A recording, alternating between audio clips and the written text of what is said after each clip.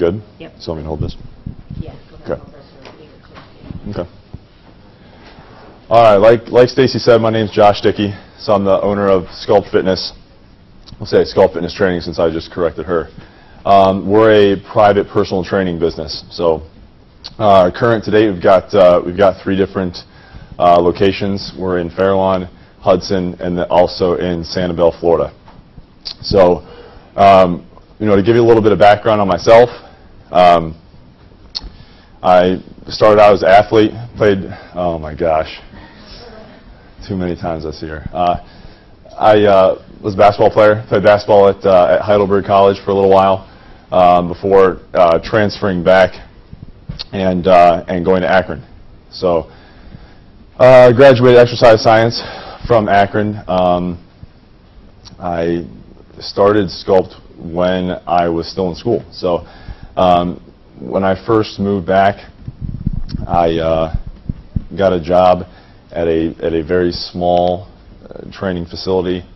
Had a lot of boundaries, and after being there for about 5 or 6 months, I decided that I would probably be better off trying to do this on my own. And which I knew that was my game plan in the long run anyway, was to have my own personal training business, eventually get my own facilities, and so on and so forth. So I started the business in 2000, like middle of 2007 was when I started it. Started out as an in-home training business. So keep the truth door open here. I just stole one of the clients that I was working with at that little facility. Started training her at her house, and then from there on out, word of mouth got around, and started growing year in year. Before you knew it, I was probably doing about 30 to 35 in-home sessions a week at that point in time. And then in 2008, I realized it's going to be difficult to traveling around to people's houses. I'm only one man. There's only so many hours in the day. So I was traveling everywhere from Canal Fulton to Westlake to Beechwood, any place that I could pretty much make some money. I was going. So 2008 was when I opened up my first facility. So I can vividly remember there was absolutely zero thought process. I went, met with the landlords, wrote them a check. I had no freaking clue what I was doing. So I actually wrote the rent check before I even found a way that I was even going to fill up the facility with equipment. So that was a terrible decision. If any of you guys are putting together your plans, make sure that you have your equipment lined up before you rent a facility.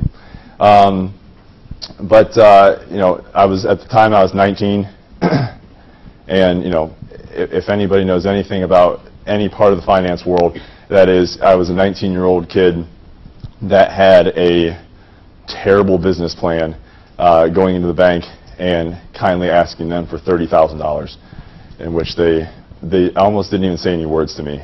By the looks on their face, I was pretty much done there. So I did what any sensible 19-year-old without any money would do, and that was immediately go and max out 2 credit cards for like $10,000 a piece at 22% interest on each one. So do the math. It was so bad. But honestly, when I look back, when I look at it now, it's funny. It's good. It's a good laugh.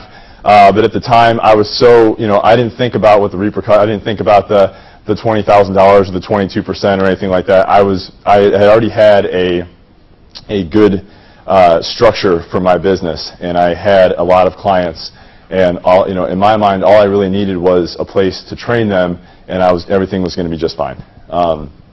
So in 2008, I started doing a lot of personal training. From 2008, 2009, to give you guys a little bit of idea, I was probably doing somewhere between 65 and 75 sessions a week by myself. So I didn't really have much of a social life. I would start training really early in the morning, and I would train till really late at night, because I didn't really care. I just wanted more money. So I did that for about a year and a half.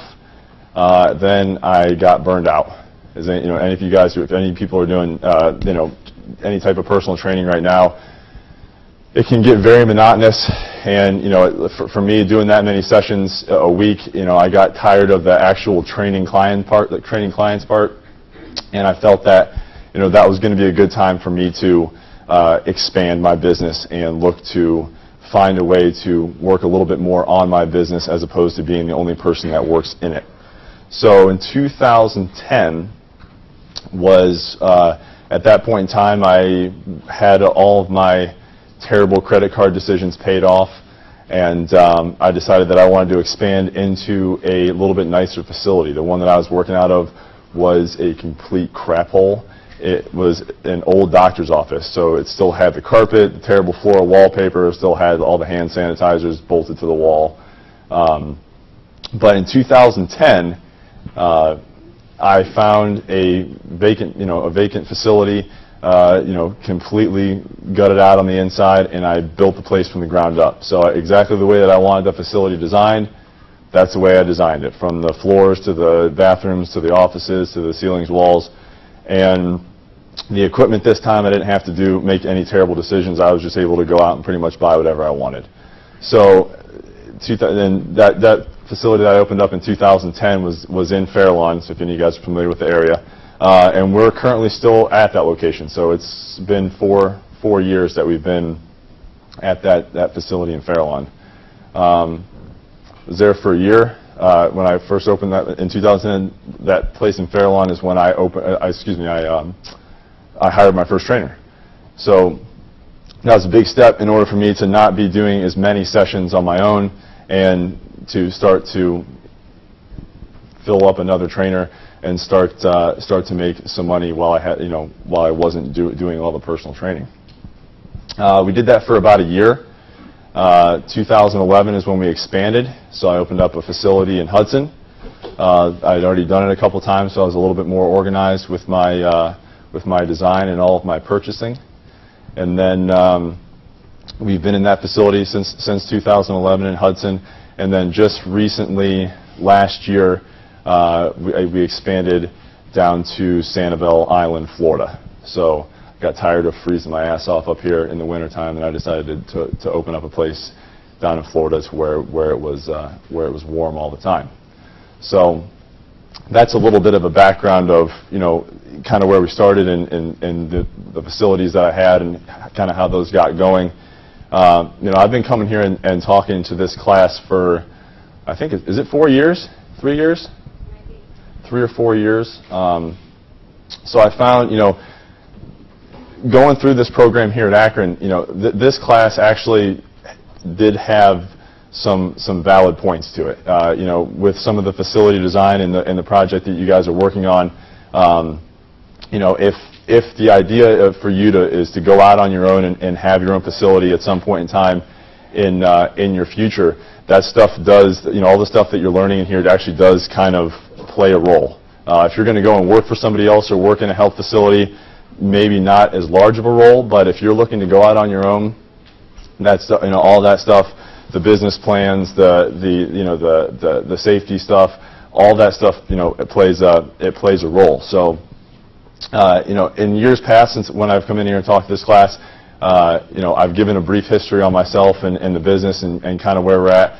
And then I found that, opening up to more of a question and answer about what people want to know about me, about my history, about what I do in the business, about our facility, our trainers and things like that. Just to give you a heads up, I know I left probably some pieces out, but with all the facilities that I have, I've got 6 trainers that work for me now.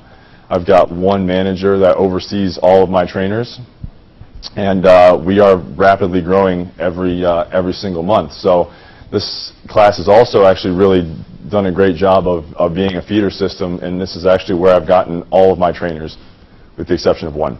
Have all been interns, and they're all graduates from the University of Akron in the exercise science or exercise physiology program. So it's been fantastic, and you can talk to any one of my trainers. I don't think that they would regret any of their decisions. My manager's been with me since I've started, so almost 5 years now. My head trainer at my Hudson facility has been with me since I started that, so 3 years now. and the others I think would gladly say that they enjoy what they do. So, as opposed to just kind of stand up here and ramble on about things, I'd like to get some feedback from you. We'll kind of turn into a little question and answer. I know if it starts off slow, Stacy's always there in the back. That she'll have at least 10 questions that she'll want to get started. That'll get everybody's hands going up. But from now we'll kind of go question and answer. If there's something you want to know about the business, me, anything, I'm open to talk about anything. Do you plan on moving anywhere else, like any other states? We're not really sure yet. As far as Sculpt Fitness is concerned, we're not really sure. We're just focused on maximizing what we have in the 3 areas that we go right now. I'm part of another company now that's going to be doing it's going to be surgeons, PT, and then I'm the head of the fitness part of that. So that's my newest project that's taken up a lot of my time. So as far as Sculpt is concerned, we'll probably just maximize the locations that we have now. Yeah. Yeah. What kind of marketing do you do, and how do you compete with bigger gyms? Yeah, that's a good question. A lot of them, 95% of the marketing that we do is all referral. It's all word of mouth. When it was just me, I did a lot of networking stuff in a lot of different ways to generate referrals.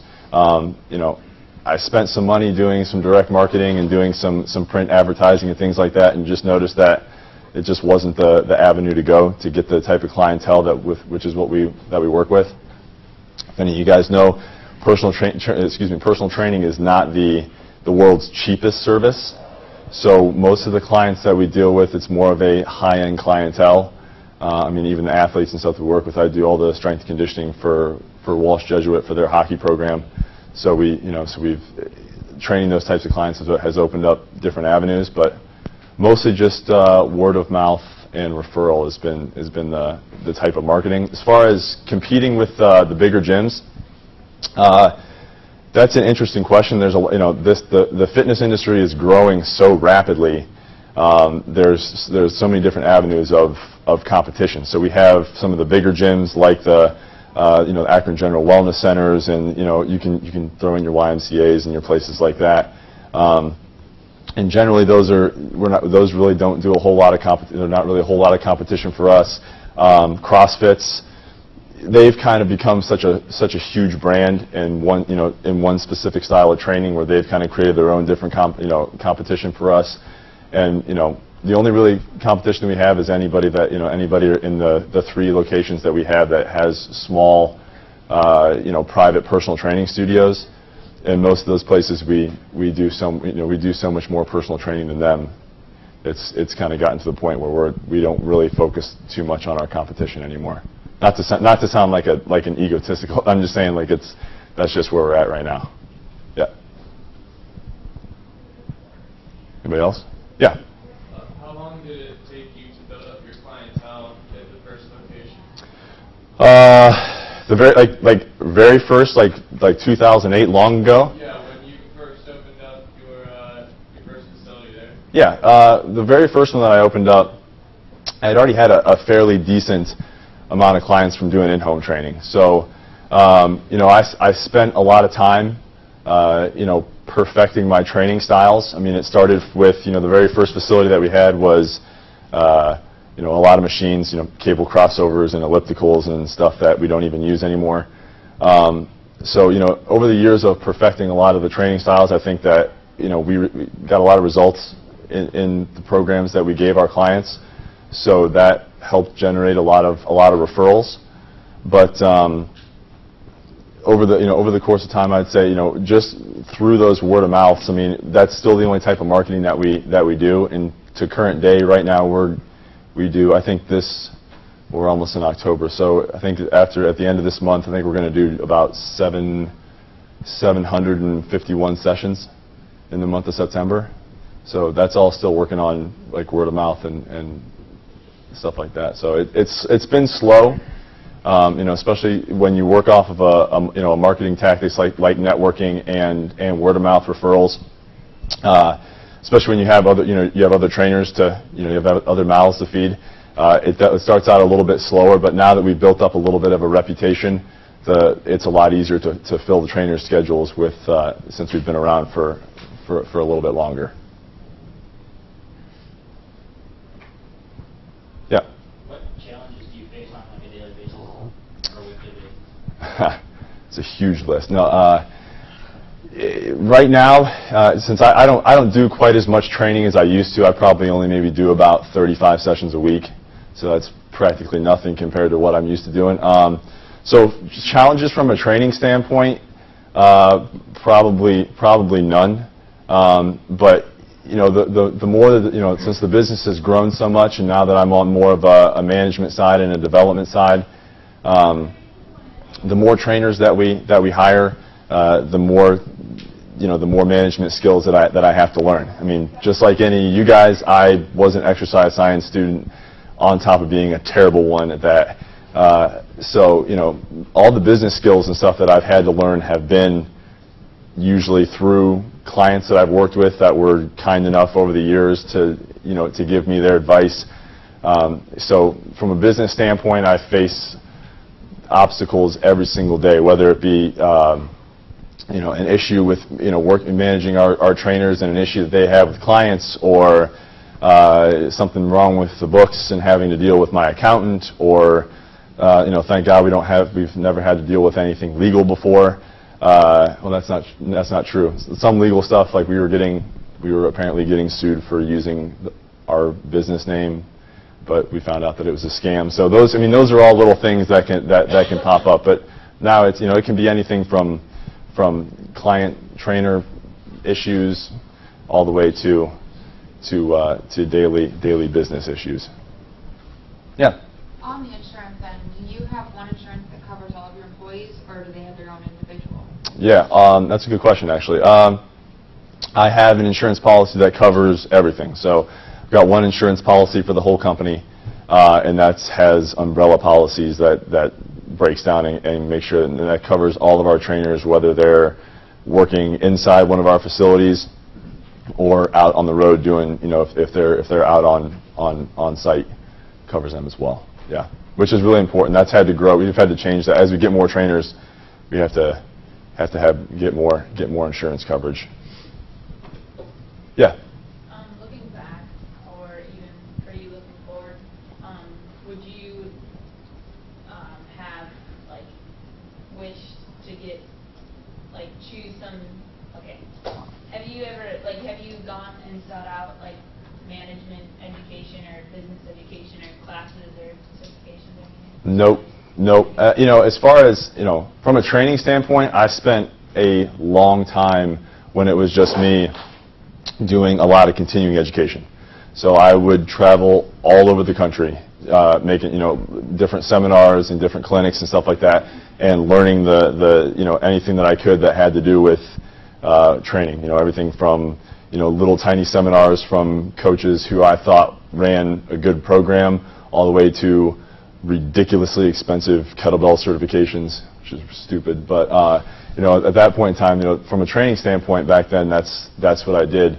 But from the business standpoint, you know, I was always so busy training where, like I said just a little bit ago, you know, I've been pretty blessed with, you know, the majority of clients that I have are usually successful business executives or successful entrepreneurs that have, you know, they're at a point in their life and their career where, you know, money doesn't really matter to them anymore. So they were very happy to you know, guide a young, driven person that wanted to learn how to grow his business and wanted to know how to do things as far as the business world was concerned that I really didn't know how to do. So over the course of the past, probably, you know, I wouldn't say all 7 years, but probably in the past 3 or 4 years, it'd be very difficult to say that I wouldn't have already earned my MBA and all the experience that I've had and all the people that I've worked with on a business standpoint. Yeah. Anybody else? Yeah. Do you require your trainers to have a certain certification? Yeah. Absolutely, yeah, and that's a good question. It'll be good to kind of start to go into the stuff about my trainers.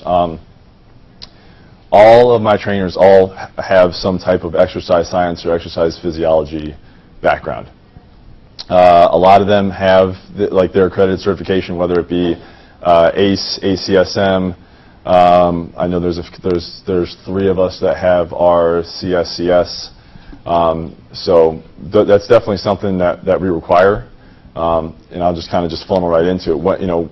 When our trainers get hired, we take them through a program which I developed about a year ago, which is called Sculpt University. So it's basically our Sculpt Fitness Bible or handbook that takes our trainers through. It goes through all of their guidelines and their requirements, which is what we want out of them before we even hire them, and then also takes them through basically exactly how we want them to act as Sculpt Fitness trainers. So everything from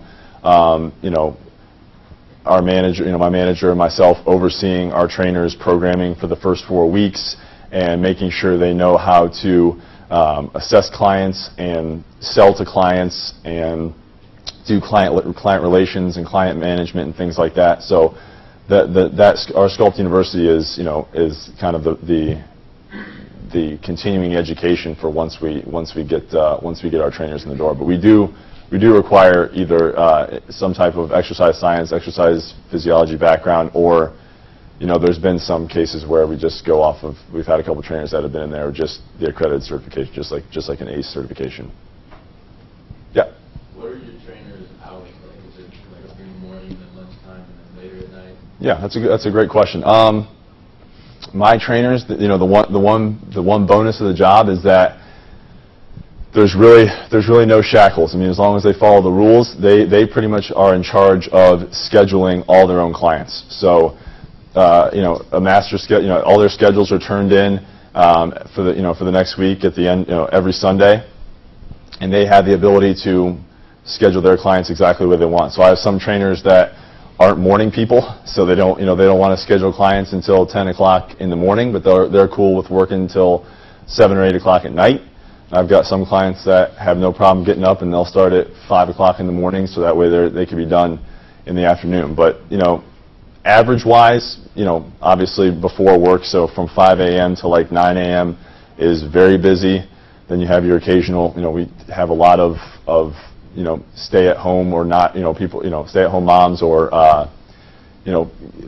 business executives or people who have flexibility in their schedule that train at random hours, and then usually everything picks back up again starting at about 4 o'clock till about 6:30 or 7 o'clock in the evening. So each one of our trainers, like I said, we're going to do, a little over 750 sessions this past month. So most of the trainers are getting, on average, at least my big trainers are doing at least 40 sessions a week. Anybody else? Yeah. What's your average session run? Timer. Okay. Everything that we have set up now is all by membership. So it all depends on how many days a week our clients want to train. So if they want to train 1 day a week, for our level 1 trainers, which are our newer trainers that are either still going through the Sculpt University program or haven't been with us for very long or met the credentials yet. It's like they're starting when it's like $140 a month for 1 day a week, all the way to we have clients that train 4 or 5 days a week that spend $1,500 a month doing personal training in there. So it all depends. Our head trainers, their memberships are a little bit more expensive. The level 1s are a little bit less expensive, so we can hit a little different demographic. And then once the level 1 trainers kind of have been holding 25 to 30 sessions a week for a little while, we'll bump them up to a head trainer so they can start to make a little bit more money. Yeah. What percentage of the fee for the training do the actual trainers get? Trainers get 50%. Yeah. So like the head trainers, it's hard. Like my manager gets, I think he gets like 28 bucks or 27 bucks a session. Plus he gets a cut of all the trainers that report to him. So he gets like $5 a session for all the other trainers that report to him. So it's a good incentive for him. I put zero ceilings on the amount of money and the amount of sessions that my trainers can do. So that's the one thing, I want to make it so if they want to work their rear ends off and do as many training sessions in a week, that this will be an extremely lucrative position for them. So I felt it was fair. We're fairly comparable to the other big box gyms, and what they pay their trainers probably better. So I think, plus with the more private environment makes it a little bit nicer facility to train out of. Yeah. Do you still do at-home training sessions? Like, can your employees still do that? Yeah, we still make some exceptions to what we do. I mean, to go out on the road, it's a little bit more expensive for the sessions, but we'll usually most likely we'll have our level 1 trainers will go out and do the in-home stuff. It's a great experience for them, depending on what the client has in their house. It's a great way to learn how to program not having any equipment. So we have some people that have, big extravagant home gyms, to people where you're basically training these people inside a closet, and you got to work with what you got. So yeah, we still do a little bit of in-home stuff, not much. Yeah. Anybody else? Yeah. What made you choose Fairlawn and then the location in Florida? The actual facility itself that was available, or the location? I was always in the Fairlawn, Bath, Richfield area doing most of my training when it was just me, so I was fairly established in that area. Plus, I would be lying to all of you if I said that those weren't high-income areas. And those are the type of clients that we have a tendency to attract and that can afford our services. So it made sense to put a facility in Fairlawn. Same goes for Hudson. Florida came about when I started looking at our books and all of our sessions and realizing that we had enough clients that that had homes down there and that would snowbird down there in the wintertime. And I just looked at it as a way to continue to make revenue while they were gone, so chase them down there, and then also the opportunity to, like I said, not be here when it's cold. So I go down there. I send a trainer down there it's fairly seasonal, so it's the busy season down there is January to June. Send a trainer down there to live for 5 months by the beach, it's usually an older clientele down there, so they don't like to work early in the morning, and they don't like to work late at night because they like to play golf and drink. So it's a pretty sweet deal. But it worked out really well that our clients were able to help us go down there and grow. So now when we're down there, we have all of our clients that live in the areas where we train, but it's also expanded to where we've got clients that live in Milwaukee, Chicago, New York, all those places that are looking forward for us to come back down there this season to work with all of them while they're down there.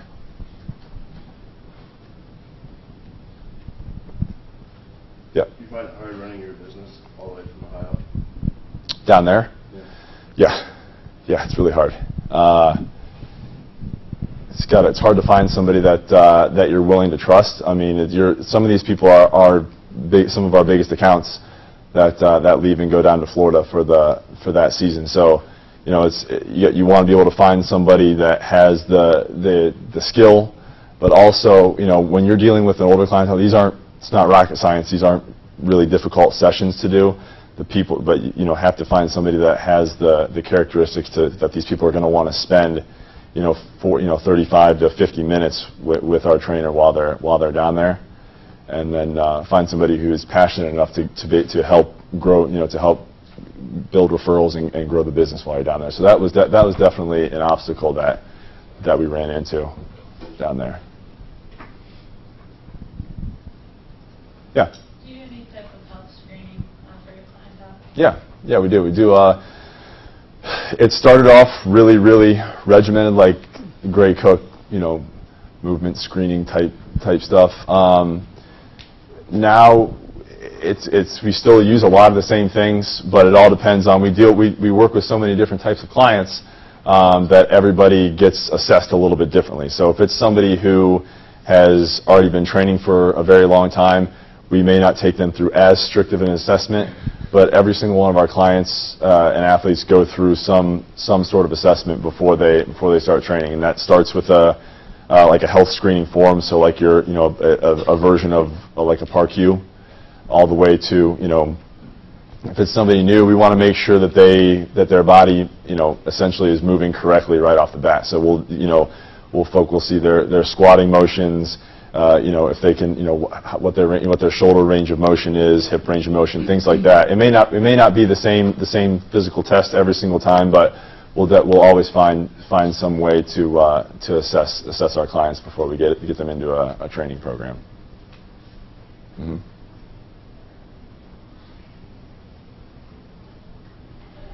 Anybody else? I know Stacy's dying. She's dying back there. How much money do you make? Just throw it right out. In a ballparky-ish area, In a ballparky-ish area? Well, I mean, obviously, not everybody grows up to own, 3 facilities, who starts out to own their own personal training business. He's obviously had some success, knowing that he's got 2.5 locations and 7 people in them, a little training university of interest and things like that. So relatively successful, but success a lot of times is defined in monetary terms. So without, giving up exactly what your W-2 says. Yeah. Without finding all the loopholes that my accountant finds. Exactly. So, yeah. Like she said, it's been a rough journey, but like I said, I've been fortunate to want and work harder. And anytime, the past meeting that I had with a guy that wanted to know where my business was going, and my answer this year was more. Anything, I just want more. So to without getting in too much detail, like she said, it's taken a long time, but it's no issue it's a 6-figure salary, no problem with what I bring home every year. So it's taken a while to get there. Anytime that I sit down and talk with students and other trainers all over the country, whether it be by face-to-face meeting or phone call or whatever it may be, and when I sit and talk with them and I kind of explain where I've started and and where I'm at now, everything that I do now and that we do at our facilities now, or I've also got a company called Fit Systems. That's a consulting business where I do a lot of work, and we've got a lot of big projects going on right now. Where it was not as glamorous. It wasn't like this the entire time. I don't want personal trainers to come into our facilities immediately. That's the first thing we talk. I don't want them to come in immediately thinking like, hey, this is all cushy. We're going to hand you 40 sessions a week. You're going to be making $60 grand a year, making your own schedule. It's going to be fantastic. There is a tremendous amount of hard work and dedication and drive that goes into this business. I mean, when I go to think about it, I'm in charge of everything. I'm in charge of everything. So if it hits the fan one day, it's all on me. So I have to, I'm responsible for the lifestyle that I want to live and the way that my wife wants to live and things like that. So those are all things that it sounds sweet when you've kind of gotten to that point, but there's still plenty of pressure that's applied when it's your own show that you're running. So, but don't get it twisted. You can, if you have the drive and you have the resources and you have the ability to want to continue to keep learning, you can make a lot of money in this industry, and there's only more to be made. Yeah. How do your new trainers start to build a client base? How does that happen? It used to be a little bit slower. So it's usually an overflow of a lot of clients that want to work with me, but I don't take on any new clients. So it's usually stuff that will come down for people that have wanted to work with me, but I don't do that anymore. So it'll work with them. Now, because of how many clients that we have training, working in the facilities, we get a lot of stuff from referrals from the clients that are already in there. We get a lot of traffic from our website. So we get a lot of, we've spent a lot of time making sure that our website looks good, sets itself aside from some of the other websites and stuff out there. So we do get a lot of traffic from the web. So how do you disperse the new clients that are coming in? How do you? Some of it's going to be. Right, no, that's a good question. Some of it's going to be, who's in there at the time. We have a good mix of male and female trainers at both facilities. So if we have somebody that prefers, if we have a woman that comes in that prefers a guy, we've got plenty of options. If we have somebody that prefers a female trainer, we've got that too. So some of it's going to be, it's going to be either. If somebody comes in and that's the trainer that they meet is who they get. If it's somebody that goes through me, I know my trainers fairly well, so I kind of try to match up the characteristic, see if it's something, if my one trainer is overly outgoing and this person's very sheltered, and that may be a good match.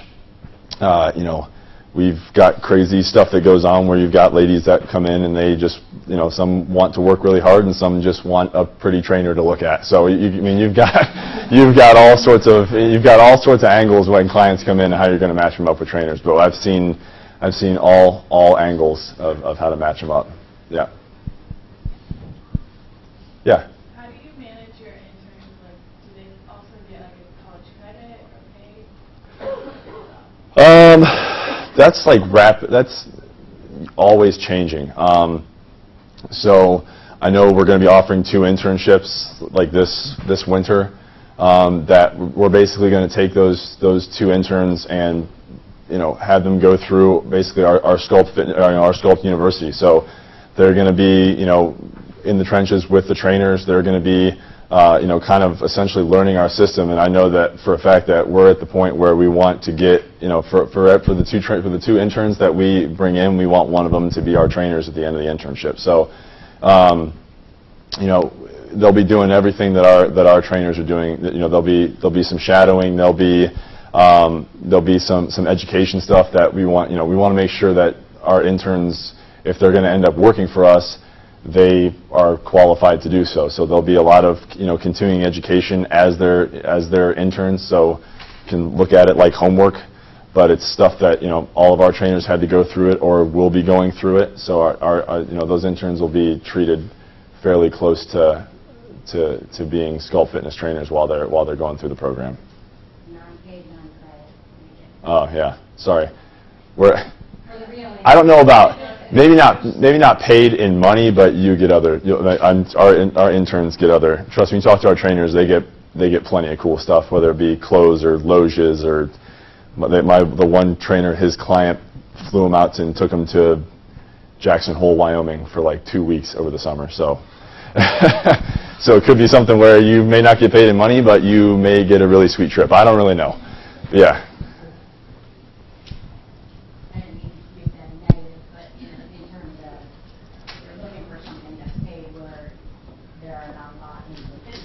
Yeah.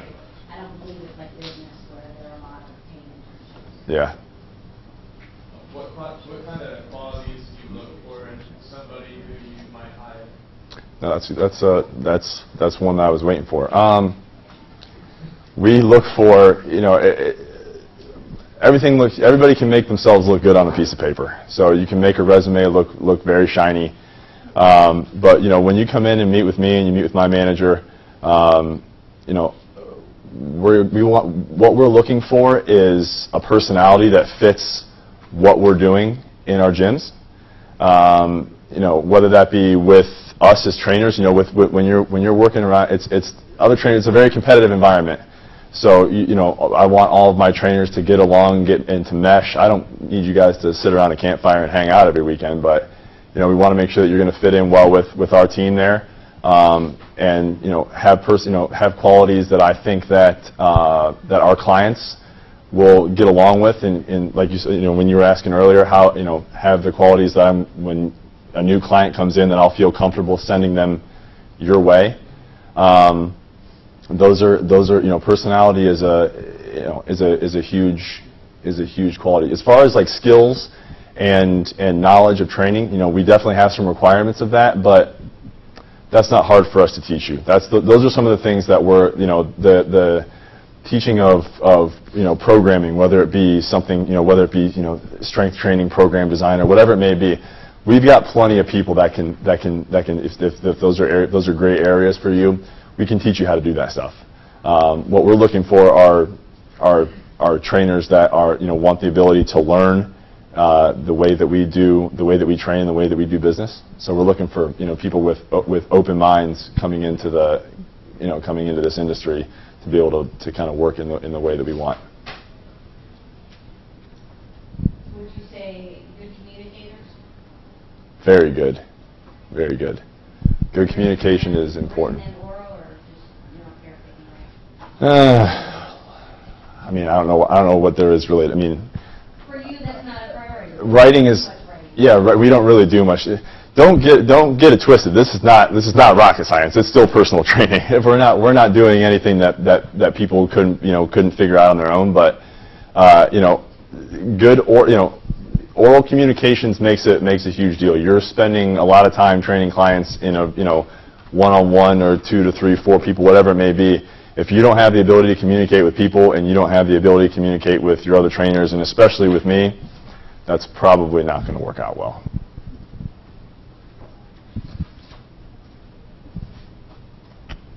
Anybody else? Anybody ever been injured in your facility? No. Well, Rochelle, why do you always bring that up? She tripped over. Oh. We have not had anybody. I know exactly where you're going. No one's been critically injured in our facility. Maybe they missed a box or something like that, and they cut themselves up. But nobody's been injured. We have an emergency plan. We've got first aid kits, and our trainers know how to deal with that stuff. We've got AEDs at all of our facilities, so we have all the right tools to make sure that if there is an issue, we know how to handle it. Yeah. Is everybody CPR first aid? Yes, everybody's CPR, first aid. If they're not, when that stuff runs out and they're not, like I said, I do all the strength conditioning at Walsh High School for their hockey program. So when our trainers need stuff, the athletic trainers and stuff at the high school just recertify us when we need to. So, yeah. That's something I wanted to ask you. What kind of what kind of certifications do people need besides your personal training certification and the CPR? Is a degree necessary to get in the facility? As much as it would be valued, I mean, yes, it would be, it's something that we look for, but like I said, if it's something where somebody that comes in with with an accredited certification, with an ACE or something like that, and they are willing to learn and they want to work, to go through our program and learn how we do things, then those are good trainers to have as well. But the exercise science, exercise phys background is nice to have. Yeah. Looks good for our reputation when people want to know. Yeah. How much does it cost to open a new facility?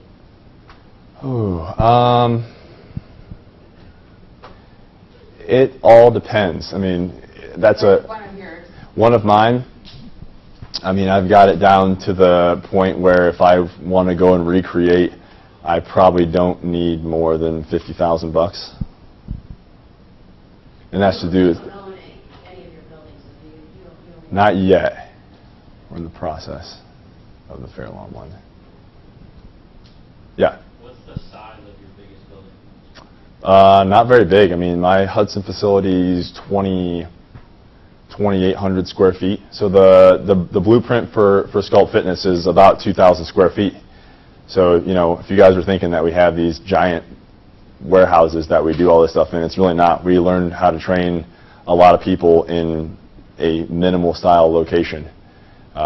without ever having to worry about, we've got plenty of equipment. We've got everything that you need in there, from dumbbells to squat stations to skiers to whatever you need. We pretty much have it. So we've learned to work in our 2,000 square feet for now, anyway.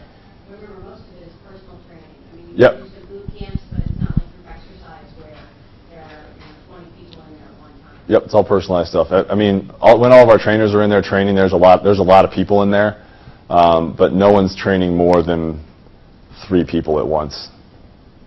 But we've gotten pretty good. We've got to the point where if each one of us is working with a couple people in there, it's crowded, but it's never been an issue. Yeah. When you were 19 and started out, and you did like home sessions, like how much do you charge for like a home session? Back then it was cheap because I was poor and I just wanted people, so I took whatever. But to go back and try to remember the numbers, I think it was like 35 or 40 bucks a session, which is stupid. Like, that's crazy cheap. Even for anybody who has any background. That's where I started charging at that. Yeah. How much would you like suggest, like if somebody did that? If I've got some clients that if I leave and go and do something in somebody's house, it's $100 a session. Yeah. Did you have insurance when you started out? When you first started out? Not at first, no, which was probably a really bad idea. Yeah, there's some crazy shit happened when I was doing in-home training. Nothing like dangerous, but like insurance would have been a good idea. But yeah, I could tell stories for days. But yeah, it's that happened quickly though. It happened quickly. It's not overly expensive for what it costs to have insurance on yourself. If you guys do any type of personal training, like any type of in-home stuff, getting personal liability insurance on yourself is very inexpensive and well worth it. What do you ballpark estimate that would be around, like, to cover yourself? For just one person, Yeah. can't be much. I mean, it couldn't be more than probably like $400 or $500 a year. It's really not that expensive. Now for us, it's definitely a lot more, but for just one person, it's really not that much. But if you hurt someone or somebody gets hurt, it costs more than $45. Yeah. If you've already been sued and you try to go and get insurance, they're going to jack your rates way up. Yeah. Yeah. Anybody else? That's pretty much hit every angle of what we. Did you design your name and logo? I did. I designed it from the start. The logo, which I don't even know. I don't even know if it's on. I don't do any of our website stuff. Nice. It's a long day. I start every day very, very early, so the day's over for me. I had somebody that I knew design this logo for me probably 3 or 4 years ago. So this logo isn't as old as when the business started, but it's all trademarked and licensed and everything that we do. Everything that I do that has to do with how I've designed the business, or how any of the systems that I have, like how I run my facilities, how I pay my trainers, all of those systems of hierarchy, those are all licensed. So that way, if I go to any place or anybody comes to me and wants to know how they can do something like that, they are more than willing to pay to use that stuff. So that stuff's it's not important right at first, but as you get going, that kind of stuff, it's important to take credit for some of the work that you've done. Did you start doing your own website, or did you always have somebody? It was great. I started it. It was like this really crappy, like Weebly or something like that website, and it worked. It was fine. It was just a placeholder, but as time goes on, we had somebody design it, and my manager now actually does all of the work on our website. So he's basically like our IT guy. So he does all the maintenance. He does all the upkeep, and we pull in a lot of business from our website. Those things don't spend a ton of money doing that stuff at first. But the biggest piece from a personal training standpoint, it's nice to have really flashy things and cool websites, but get a nice base going. If you spend all your money right up front, you're going to be digging yourself out of a hole for a long time until you start making some cash.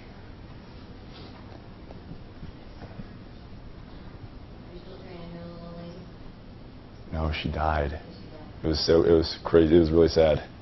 She was like 94. I went to her house like every day since I was like 19. Yeah. Yeah. Yeah.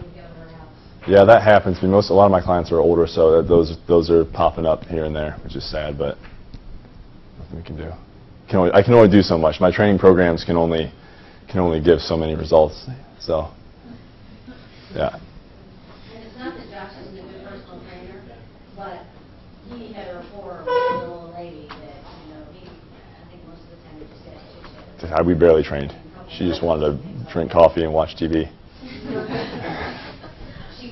At 94, I just do whatever she said. I'm not going to argue. Yeah, yeah. No, I still do. So I still do training. I'm not a suit and tie wearing guy. Never. Jeans and hoodie. Do you do any things in the community and philanthropy? Yeah, we do a lot. I do a lot more philanthropy now. We do a lot. I go to a lot of fundraisers every year. We'll do some fundraisers for child. Like we work with a foundation out of New York that works against childhood obesity. So we usually do a big fundraiser for them each year. So it's not as much, the fundraisers and stuff around here. It's not really from a marketing standpoint. It's not really to get your name out, but it's if you're going to want to be, we're well known in the areas where we have our businesses, and it's important that if you're going to do stuff there, I feel like it's important for my business now that we're capable to give back to the communities that we do work in, since they brought so much business to us. So it's good to give back.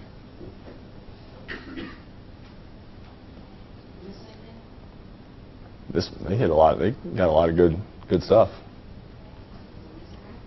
Yeah. There's a lot more questions asked. So, yeah, but I'll be more than happy to. I'll stick around. I know, like I said, we're going to be taking two interns here coming up in like the next month. That we're gonna start taking applications and stuff in the next couple weeks. One piece of advice or one golden nugget you would leave them with? Golden nugget. Personal training or in there, like something that you learned along the road that's beneficial to help them. It changes a lot, but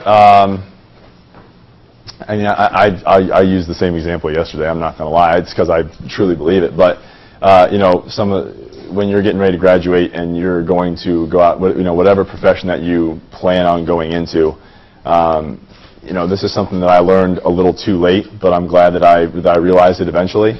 And that is that regardless of what field that you're going to go into, there's always somebody that has been doing it longer and is better than you at doing it. And my suggestion would be to find one of those people and stalk them until they decide to let you learn from what they've done. Because if it's one thing, if you can minimize the mistakes that you can make going into whatever field that you're going to, the less mistakes that you can make, the better off you're going to be. So that's the best advice I can give. Yep. We'll stick around for a few minutes if anybody wants to. I believe that the Dropbox is already open, so you can fill out your evaluation form and put it in the Dropbox and be done. If not, it's due by Saturday,